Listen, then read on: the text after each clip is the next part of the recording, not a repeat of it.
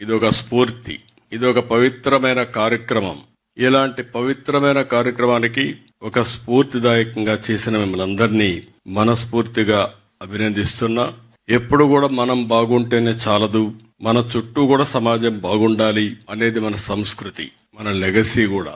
ఈ వారసత్వంలో మనం చూస్తే ఎప్పటి నుంచో కొంతమంది ముందుకొచ్చి పాఠశాలలు కట్టారు, ఆసుపత్రులు కట్టారు, దేవాలయాలు నిర్మాణం చేశారు, సత్రాలు కట్టారు, ఆట స్థలాలు ఇలాంటివి ఏర్పాటు చేసి పెద్ద ఎత్తున విరాళాలు ఇచ్చారు. నా లెక్క ప్రకారం కొన్ని దేశాలు చేయించేమో గాని భారతదేశం యొక్క సంస్కృతి సాంప్రదాయాలు ప్రపంచంలో ఏ దేశంలో లేవని మరొకసారి మీ అందరికి విజ్ఞప్తి చేస్తున్నా.